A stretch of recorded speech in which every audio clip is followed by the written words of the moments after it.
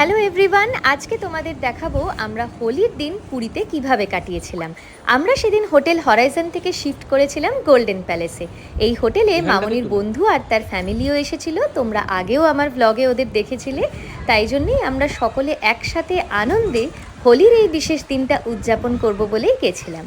প্রপার্টির ভিতরটা খুবই সুন্দর, বেশ খোলামেলা আর চারিদিক থেকে প্রচুর হাওয়া দেয়, কারণ হোটেলটির একদম পাশেই ছিল গোল্ডেন বিচ, যেটাকে অনেকে ব্লু ফ্ল্যাগ বিচও বলে থাকে। এই হলো আমাদের রুম। এই হোটেলে প্রায় ধরো এরকম 50টা মতো রুম আছে। আমরা সুইমিং পুল ভিউ রুমই পেয়েছিলাম, আর সুইমিং পুলটা দেখেই নামতে ইচ্ছে করছিল, তবে যেহেতু রং খেলা হবে বলেই আমাদের সুইমিং পুলের অ্যাক্সেস ছিল না সেদিন।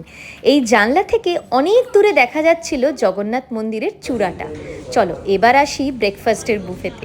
একটা বিশাল বড় জায়গা নিয়ে এখানে ডাইনিং হল করে রেখে দিয়েছে, সাথে প্রচুর টেবিল চেয়ারেরও ব্যবস্থা রেখেছে। সেদিন ব্রেকফাস্ট বুফেতে ছিল 2 রকমের juice, cornflakes, Chocos, bread butter toast, veg সতে, সাথে বাঙালিদের লোভনীয় কচুরি আর আলু মরিচের তরকারি। ভেজেরও প্রচুর অপশানস ছিল, যেরকম উপমা, ইডলি, ধোসা। দাঁড়াও এখনও শেষ হয়নি, ডেজার্টে ছিল পুডিং, সিমাইয়ের পায়েস আর ডোনাট। এটা দেখার পর সত্যি জিভে জল এসে গেছিলো আমার।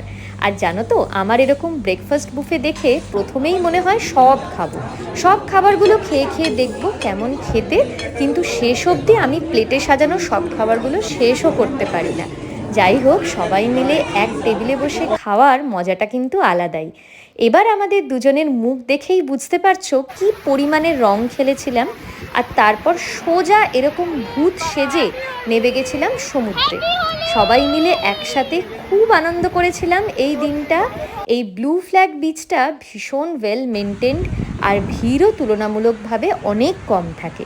তোমাদের আজকের এই ছোট্ট ব্লগটা আমার কেমন লাগলো আমাকে কমেন্টে অবশ্যই জানিও। টাটা।